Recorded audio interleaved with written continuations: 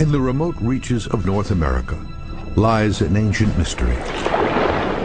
This lake holds a demon which has terrified the area for centuries. It's something that shouldn't be there. A large apex predator. The beast is said to be over 50 feet long and preys on local fish and wildlife. And it looked like something that would have surfaced, move along the water and feed, go down and come back up and feed again. The monster has also been known to stalk humans that dare enter the lake. This thing could have wrapped itself around me like a snake. Monster Quest will examine for the first time new images never before seen on television and embarks on an expedition to uncover new evidence of British Columbia's lake demon. You got anything on that sonar? Dagger just had something behind him. We can't see what's going on. Witnesses around the world report seeing monsters. Are they real or imaginary? Science searches for answers on Monster Quest. Just 300 miles northeast of Seattle, Washington, lies Canada's Okanagan Valley.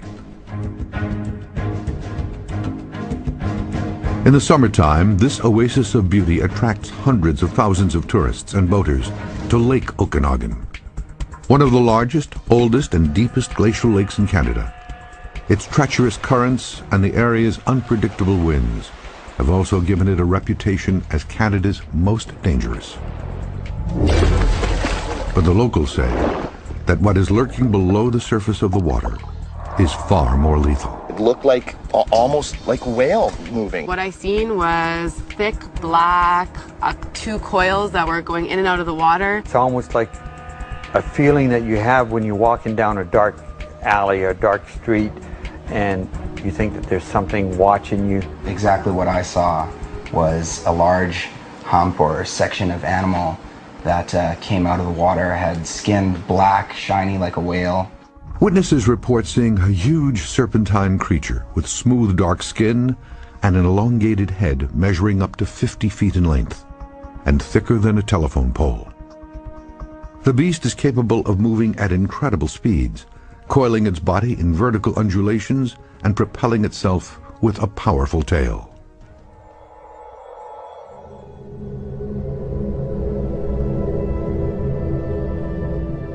This monster was known to Native Americans as Nahaatik, or the Lake Demon of Okanagan, and is now known to locals as Ogopogo. The creature has been sighted and documented more than any other lake beast in the world. It has prehistoric features, but we know for a fact that no prehistoric creature would live the length of time that this animal is still in existence in this lake. Arlene Gall is a historian and has written 3 books on the lake demon. Gall alone has cataloged over 300 historical sightings of the monster. We are having 5 to 7 reported sightings per year of Ogopogo. It overpowers the sightings in any other freshwater lakes throughout the world. And now this photo, cataloged by Arlene Gall and taken at Lake Okanagan on August 25th of 2008, could be the most conclusive piece of evidence to date. I was floored. I was amazed.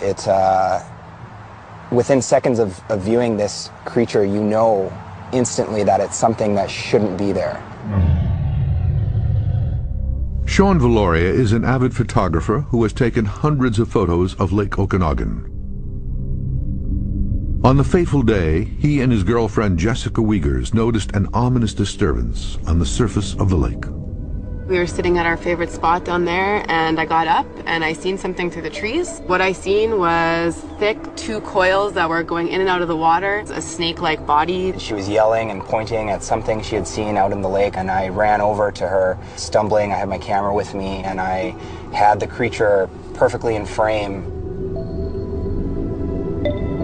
Sean Valoria's story and these photographs have never been seen on television before. The thing that's interesting about this series of photos is that there is a boat, like I said, in the frame for a reference of size. If this is a 16-foot boat, that's easily 18 to 20 feet long. This picture in particular is very interesting to me. As I move into the enhanced copy, you can see what clearly looks like a back section with ridges on it, and then a section of, I think, his neck underneath the water with its head coming back up out of the water. MonsterQuest had the Valoria images independently examined and could not detect any doctoring done on these photos. Images depicting the alleged monster are consistently, eerily similar. Even so, the local scientific community has largely dismissed the evidence to date. In my opinion, it's much more likely that these sightings are a result of frail brains and the appearance of things that look very much like an Ogopogo. Chris Bull ran the local fisheries department for 20 years and has cataloged every known aquatic species in the lake. I've seen a number of pictures attributed to the Ogopogo that look to me like waves, and I've seen others. I saw a picture of a beaver that was meant to be an Ogopogo. But even Chris Bull is disturbed by these latest photographs. It's highly unusual. I have no idea what it would be. It would be pretty unusual to find an animal that looked like that. But on the other hand, it isn't something I could identify.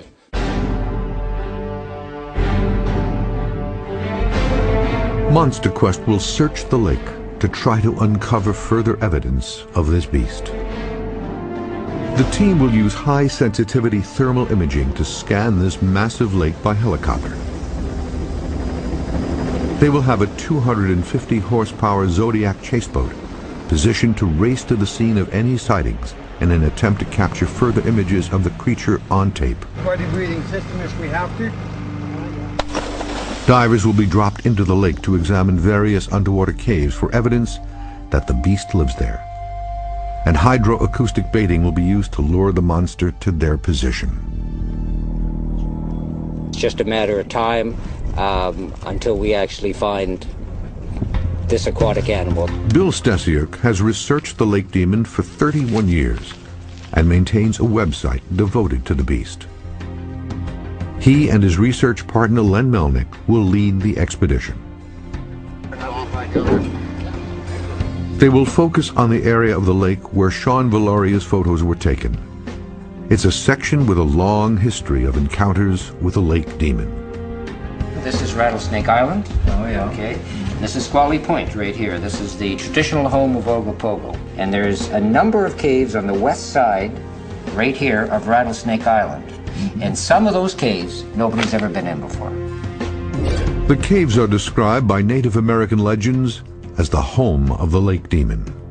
Even the skeptics agree there is something unusual about this part of the lake. It's not surprising that a lot of the reports might come from Squally Point, because when you look at the profile of the lake, it's very deep by and large, but there's areas where the bottom comes right up to within 70 meters of the surface. The unusual vertical ridges at the bottom of the lake forces the deep water towards the shore and brings deep water fish and other marine life that usually would never be seen to the area. So if there was an animal that needed a lot of feed, it would probably live in one of these upwelling areas. The MonsterQuest team is making its final preparations in their search for this legendary creature. We would very much like, in this present expedition, to obtain a tissue sample somehow or other, which could be verified by DNA methodology, just exactly where this animal fits in the animal kingdom.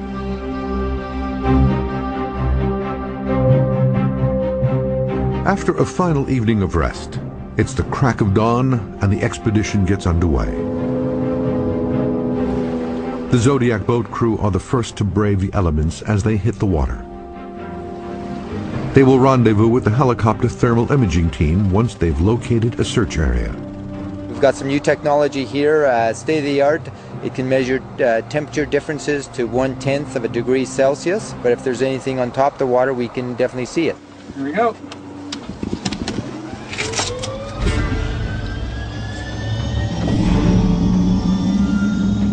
with particular focus on the areas of the most concentrated sightings of the creature.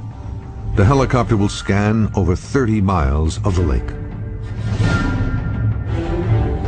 Running about 0.7 degrees Celsius to 8.7 degrees. And with relatively calm waters, the conditions are ideal. I'd say the system's working well.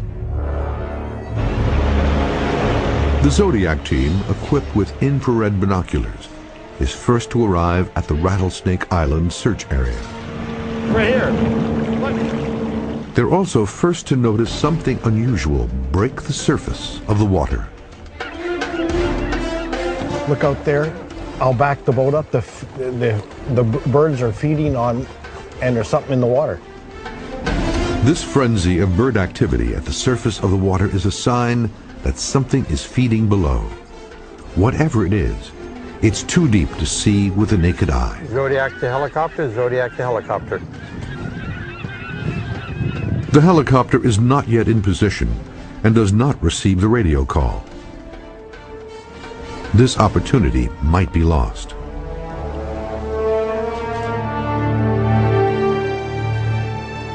There could be something just below the surface that only the advanced thermal imaging technology could detect. There's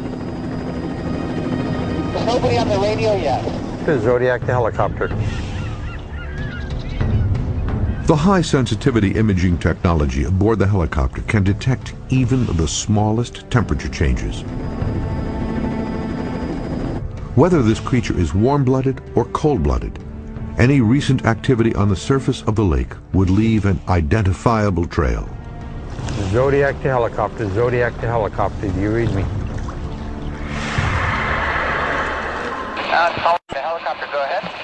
Yeah, that's a little bit better. Go ahead. It's something just north of the island. Roger, roger.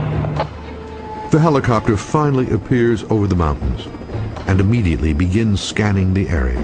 Check this area, and that we're hoping that maybe Ogopogo was in the area also feeding on something like the birds. The thermal imaging equipment is not finding anything. You guys don't see any indication of anything from up there, do you? Roger, roger. Following the directional instructions from the Zodiac, they quickly expand their search. We'll continue on down towards Squally Point. Continue, just widen our search pattern here. There isn't much time left as the sun is rising above the mountains. But as they round the bend at Squally Point, the helicopter crew gets their first hopeful sign. Well, I see a trail in the water, so maybe that was Ogopogo. The camera has picked up a thermal signature, and it's big.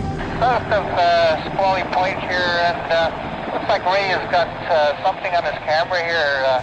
You guys could make your way down here and have a look for us. You bet. That's a roger. We're on our way. Let's go, bud. Hang on, here we go. The team has a small window of time and speeds to the sighting. It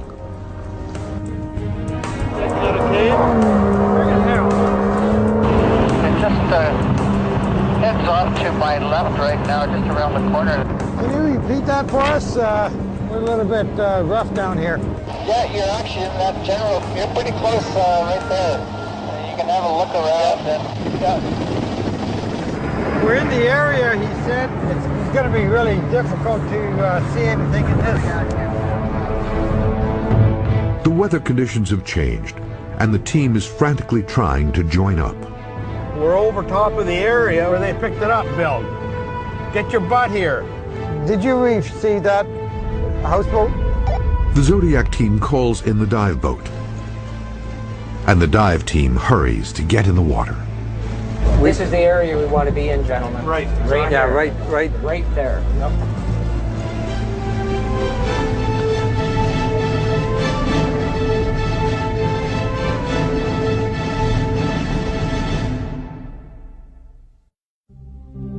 Monster Quest is searching the depths of North America's Lake Okanagan in search of a legendary lake demon that has been described by local residents of this valley for over 300 years. Sightings predate even the earliest Western settlers, and Native American legends clearly describe an awesome creature called Naha'atik. The word Nakaka'it is a sacred creature of the water. The body is like a snake, and the head is usually about, as they said, as big as a cow, and it had huge eyes.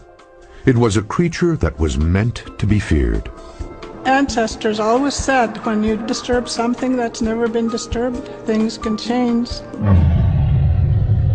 When settlers arrived to this territory in the late 1800s, they too began to tell stories of an ominous creature living in the lake. They had, at that time, been communicating with the natives who were telling them stories about disappearances, problems out on the lake, about this huge, massive animal surfacing.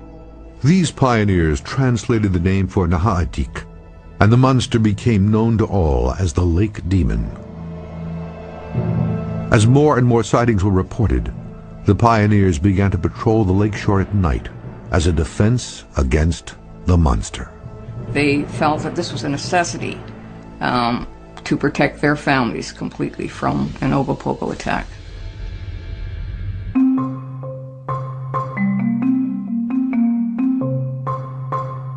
The creature that prowls the depths of this enormous body of water has remained a mystery for centuries. But the descriptions are all consistent with what this scientist calls a mega serpent.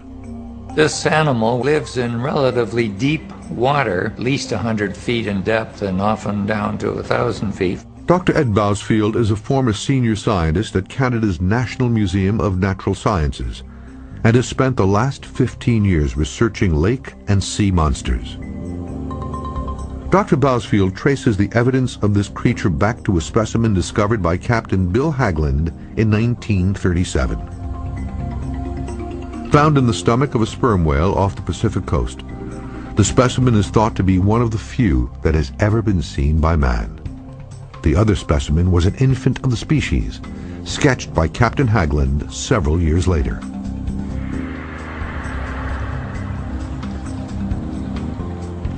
It's our theory, before mankind came and dammed up the Columbia system, that big aquatic megaserpents had easy access to the lake by simply swimming up the Columbia River the same way the salmon do, and the sturgeons and other animals that go back and forth from the sea to the freshwater lakes. The Lake Okanagan animal is almost certainly a landlocked version of this marine form. Ed says that one of the reasons for the prolific sightings of the lake demon may be its feeding habits. It could come up to the surface mainly to prey on salmonoid fishes. There are 22 known species of fish in the lake, including salmon, trout, burbot, and chub.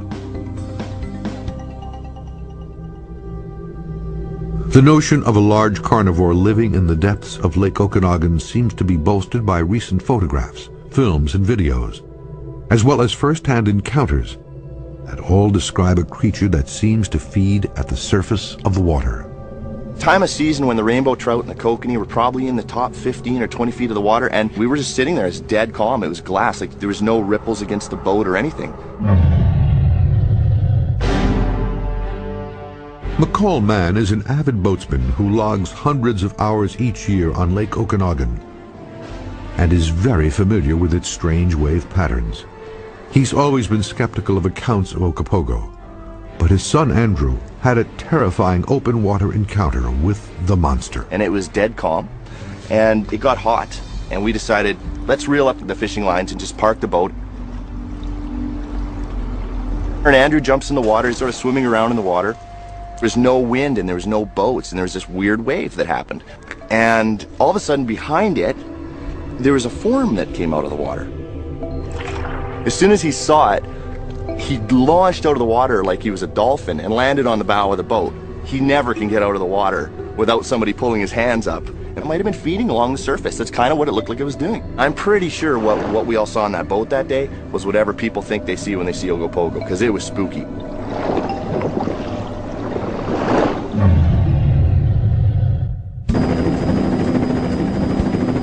The Monster Quest expedition team spotted a suspicious flurry of bird activity and called in the thermal imaging team. When the chopper arrived, they noticed a large thermal trail at the surface of the water that could be consistent with the creature rising from the depths to feed. The dive team had been mobilized and has moved into position at the location where these thermal trails were discovered. While the search continues, Ray Snitinsky is now analyzing the evidence he captured earlier that day, sharpening the data through computer manipulation. We're going to try to tighten up the temperature range. We see the average water temperature is about 46.7 degrees Fahrenheit. If we put a spot on this blue ribbon, which is very unusual because it is perpendicular to the way that the waves are forming, we see that it's running at about 45.6 degrees. So we see that it's at least 1 degree different. The science team suspects that these thermal trails could be the result of a large, cold-blooded creature rising to the surface of the lake. These blue ribbons would suggest that there is something in the water that has stirred the water up, that has brought up some of the cold water from below. You can see that they are quite long, and relative to the boat, we're looking at a boat that's probably 15 feet long. We're looking at a band here that's probably 50 feet long. The oldest piece of footage of the creature was taken by Art Folden in 1968. It shows this large, massive wake with protrusions, dark protrusions coming out of the water. Relative to the pine trees on shore, which were approximately 25 feet tall, the dark mass was estimated to be 60 feet long and about 3 feet in diameter. Arlene's archive also includes the film footage recorded in 1980 by Larry Tall. We did frame-by-frame film analysis, and you can actually see in some of the frames, you can see portions of the animal, but in some of the frames where the head pops up, and in the next frame, the mouth actually opens.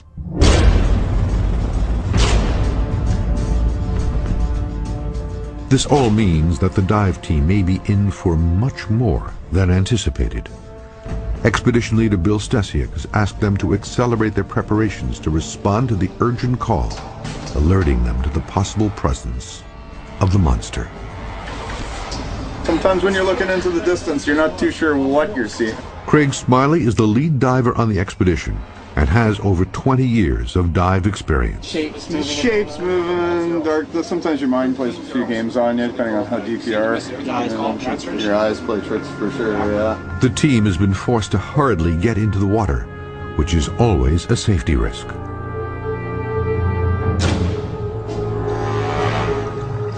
The divers are aware that even the act of breathing can have a fatal outcome.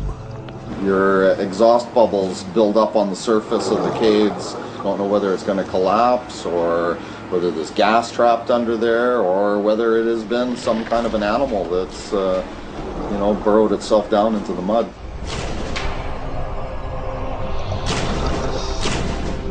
Team leader Bill Stesiak is looking to increase the divers' chances of a close encounter with a lake demon. They will be using hydroacoustic baiting to lure the creature to this area. About a year ago, I did some recording in the lake in the middle of winter, and came up with some really interesting sounds. I was able to get a frequency on them, and they ran around 30 cycles per second. Bill will be reproducing the low-frequency tones he recorded and broadcasting them back into the lake.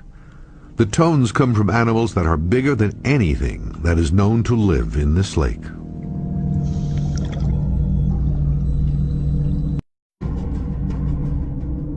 This animal probably has some kind of sound production and reception. Large marine mammals, especially cetaceans, whales, emit very loud sounds in low frequency range, which can travel over immense distances in seawater. Bill Stesiak is hoping these sounds will attract the creature to the position of his divers, who will be descending to the bottom of the lake with the aid of hose gear.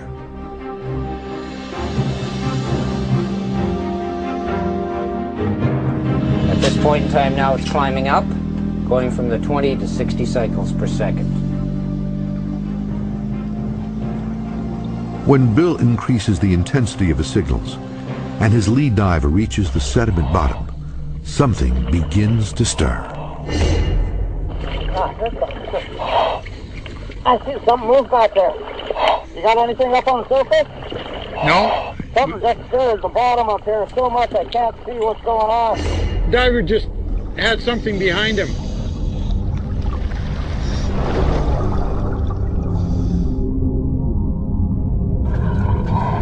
Okay, you still finding those weird. I have no visibility whatsoever. What do you think you got there?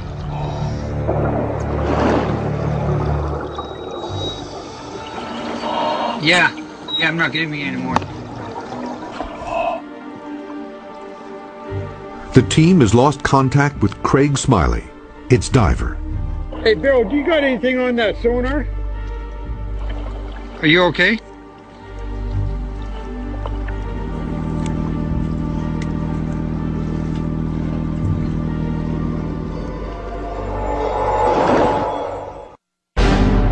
Lake Okanagan, British Columbia.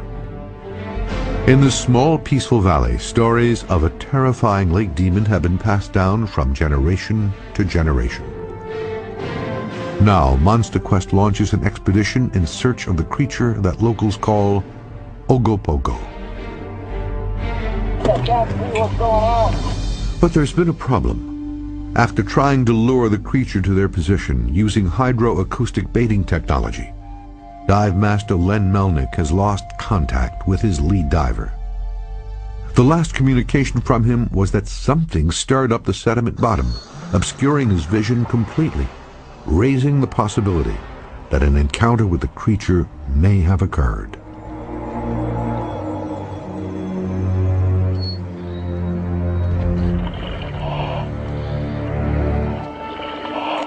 Okay, standby divers standing by. Okay, you're running out of umbilical.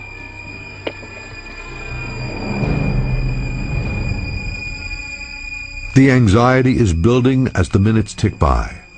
The team decides they cannot wait any longer. Second diver on his way down. Say tanks. Len sends in another team member to recover the lost diver. I'm not getting me anymore.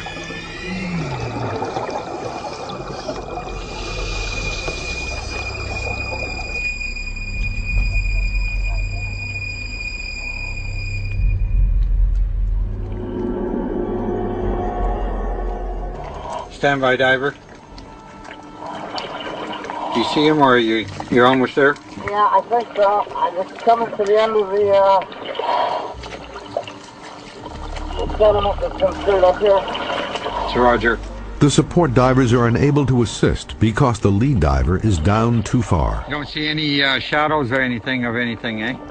You don't got him? No. Then, finally, communication is reestablished. Are you okay? Yeah. Diver's okay? Yeah, I don't know what it was, but scared me. Yeah, well, you don't get scared. I didn't used to. I don't know what that was. The team isn't taking any chances, and they make the decision to cut this dive short and bring the shaken diver up as quickly as they can. Grab that wrench before he knocks it.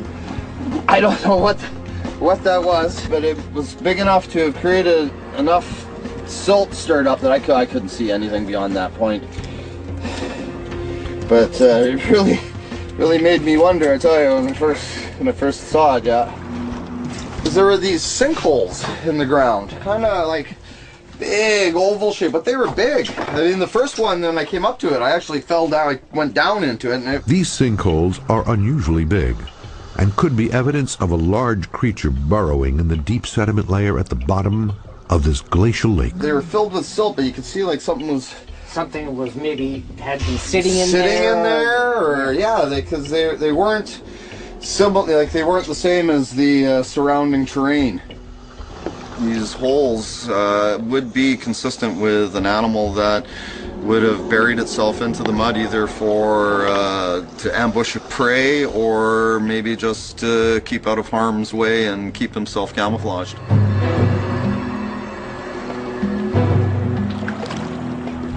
Though the lake demon of Okanagan is the most cited and photographed lake monster in the world, face-to-face encounters are rare, and only one is believed to have been captured on video by this longtime lake resident. I noticed that there was something very unusual going on to the north of me here. Paul DeMara grew up on Lake Okanagan and returns there frequently. We were all sitting here at the lake property. There's a number of my friends and myself. And my mom said, hey, you better get your video camera and check it out. So it was a really unusual sight. Videotaped it for as long as it was there. And actually, while I was videotaping it, this boat came along with a water skier behind him, and it almost looked as though they saw something in the water, and they turned extremely quickly to avoid what was in the water. And the water skier basically was unable to keep up with the boat because they turned like 90 degrees. And so he ended up in the water, and my comment at the time was, wow, that guy's going to get eaten alive. It's just like, there's something unusual going on there. It was a bit of a, a wow factor in seeing what was going on. Though DeMara and the Monster Quest team have made repeated efforts to uncover the identity of the water skier, he has never been identified. Despite the fact that in this instance and others, many witnesses are long-time lakeshore residents and are familiar with the lake's behavior, still some skeptics insist that sightings claiming to be of the monster are in fact peculiar wave patterns.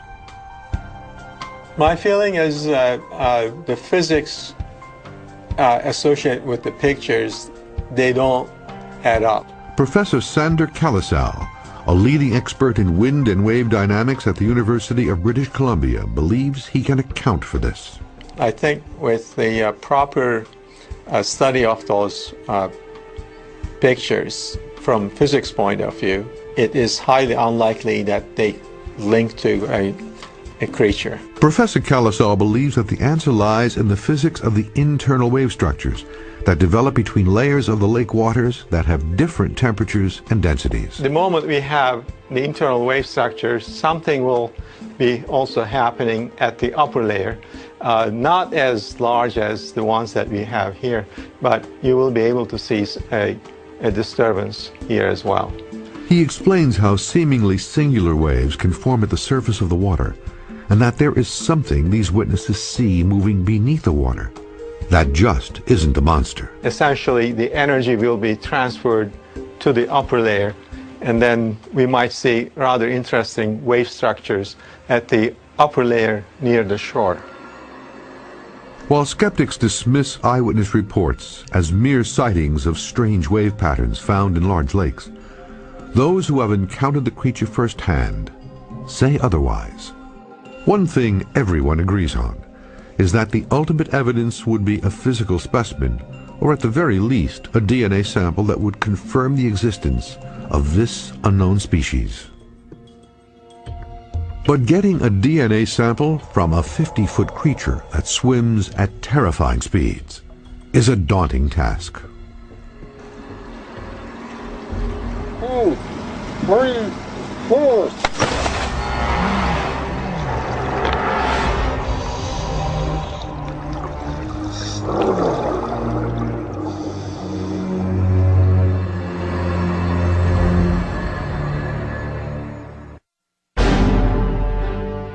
Remote Lake Okanagan in British Columbia is the target of this Monster Quest expedition. It is one of Canada's oldest glacial lakes and home to a lake demon known to locals as Ogopogo. 2, 3, 4.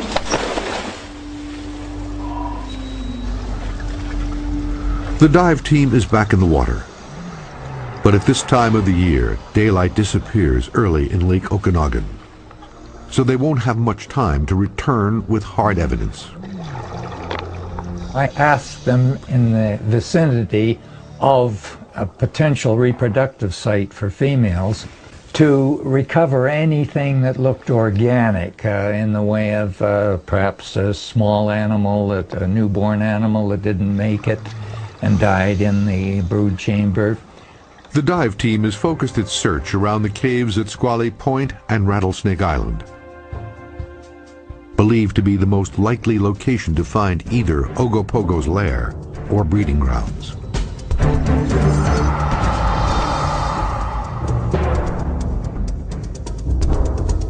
I think it's actually family groups. I don't think it's just one creature. Darrell Ellis is a marathon swimmer.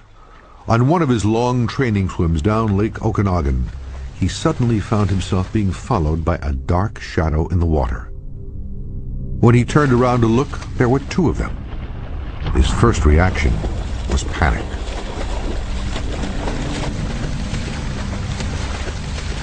This thing could have wrapped itself around me like a snake. It strikes fear in the hearts of people.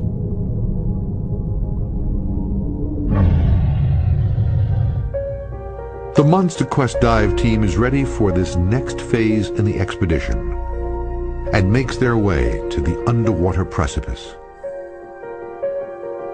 Beneath the steep falloff, the dive team will be looking for caves that could be the breeding grounds of this unknown predator.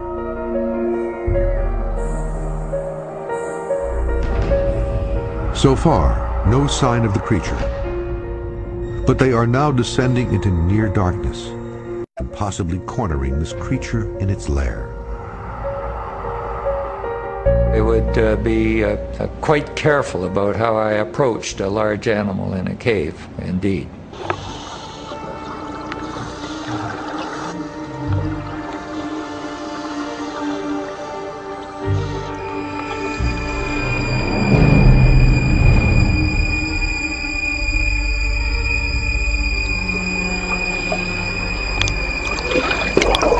The diver's time in the water is growing short.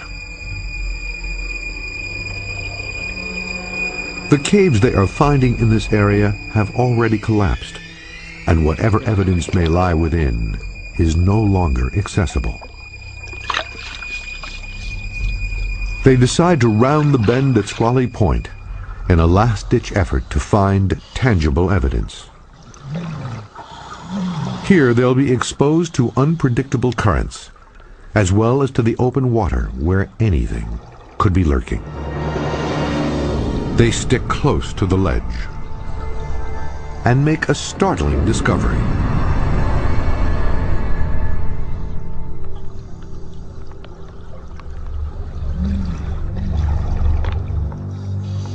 The divers uncover the decomposed carcass of an unknown animal. But the topside crew is growing concerned, realizing that they have just a few minutes left on their dive clock. The divers are determined to bring their discovery to the surface and extend their dive.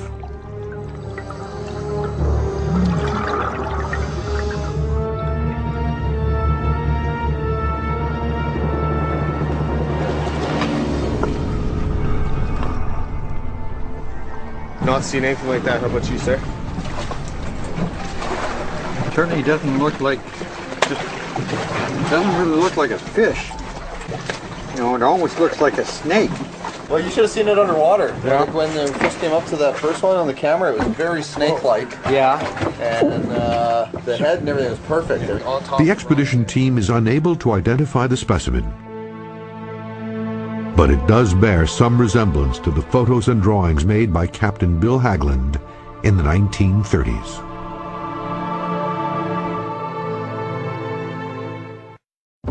Monster Quest is searching the depths of the remote Canadian lake, Okanagan, in the hopes of finding a lake demon that locals call Ogopogo. This thermal imaging expert captured what may be the thermal trail left by a large, cold-blooded monster surfacing from the depths. This marathon swimmer says he was chased across the lake by a pair of these unidentified creatures. The video footage captured by this man may be more evidence of multiple creatures living in the lake. And this avid photographer's pictures have confounded even the most hardened skeptics. The expedition team has braved the harsh conditions on the lake, faced the unpredictable lake sediment on its floor, and made a startling discovery.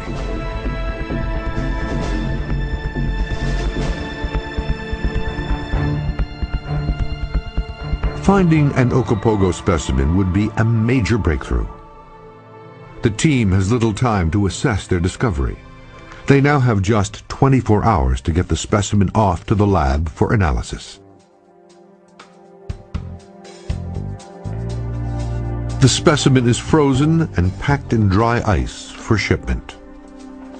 The divers managed to bring up a carcass of sorts, and they themselves stated that they had never seen a creature similar to this. It will be interesting to see if we can get some DNA samples from this carcass itself. The Monster Quest team has provided a photo of the specimen to Chris Bull at the Fisheries Department. Chris knows every species in the lake. Apparently it was about 1.5 feet long by the report. It doesn't look entirely like anything I've seen in the lake. And I've seen thousands of fish from the lake. However, it would be nice to see the specimen itself so one could spread it out and perhaps identify it. This is exactly what is happening at the Biodiversity Institute in Guelph, Ontario. They have a DNA barcoding method which would instantly tell us exactly where this animal fits into the animal kingdom. Part of our mandate here is to promote species discovery. Christy Carr is a DNA expert at the Institute, which has cataloged the DNA of over 55,000 species. Morphologically, it's actually quite unlike anything we've ever seen before. The specimen will be data-based, with its collection data and GPS coordinates, and photographed from multiple angles. As we can see, there's a very long body region here, and this appears to be the mouth region. We can see teeth. So given that gross morphology isn't giving us very many clues here, a very simple way to identify it down to a potential species level is to use its DNA. They have taken a bone sample from which they are extracting a DNA sequence. It will be cross-referenced against 55,000 known species. This is the DNA barcode result. Here, represented as a string of approximately 650 nucleotide base pairs. So using our identification engine, it'll query the sequence against our approximately 500,000 barcode records in our database. When the results come in, the species proves to be identifiable. It is a relatively common species of salmon that had deteriorated to the point that it was difficult to identify from its appearance alone. So sometimes when we're in the field sampling, specimens are very decomposed and degraded, and it's hard to tell what they are in the field, and it's necessary to bring them back to the lab. Ed Bousfield also received the photographic evidence. He came to a similar conclusion. It would have been remarkable if a baby animal had been found out in the lake like that. It turned out to be not a baby specimen. It was disappointing, of course, because there are no specimens anywhere in the museums of the world. And while the search for incontrovertible proof is still ongoing, Sean Valoria's photographs suggest there is something large and unidentified in this lake. It's definitely, been a big factor in, changing our lives over the last little bit, and just the simple fact that it kind of opens your eyes to something more out there. The Monster Quest expedition has uncovered some interesting information. The thermal trails that were recorded by Ray Snitinsky seem to suggest that a large, cold-blooded creature is surfacing to feed from the depths of the lake. The discovery of sinkholes in the bottom of the lake also point to the idea that much remains unknown about Okanagan and the lake demon that may live deep below its surface. I think that we're coming to an exponentially increasing rate of interest in solving the mystery. The evidence has been piling up, and what we've been doing and putting everything together, and what we've actually got on this particular expedition, it's just a matter of time until we actually find this aquatic animal that lives in Okanagan Lake. I am quite hopeful that sooner or later somebody's going to take a specimen. And I would be first on the scene if that happened, so I hope so.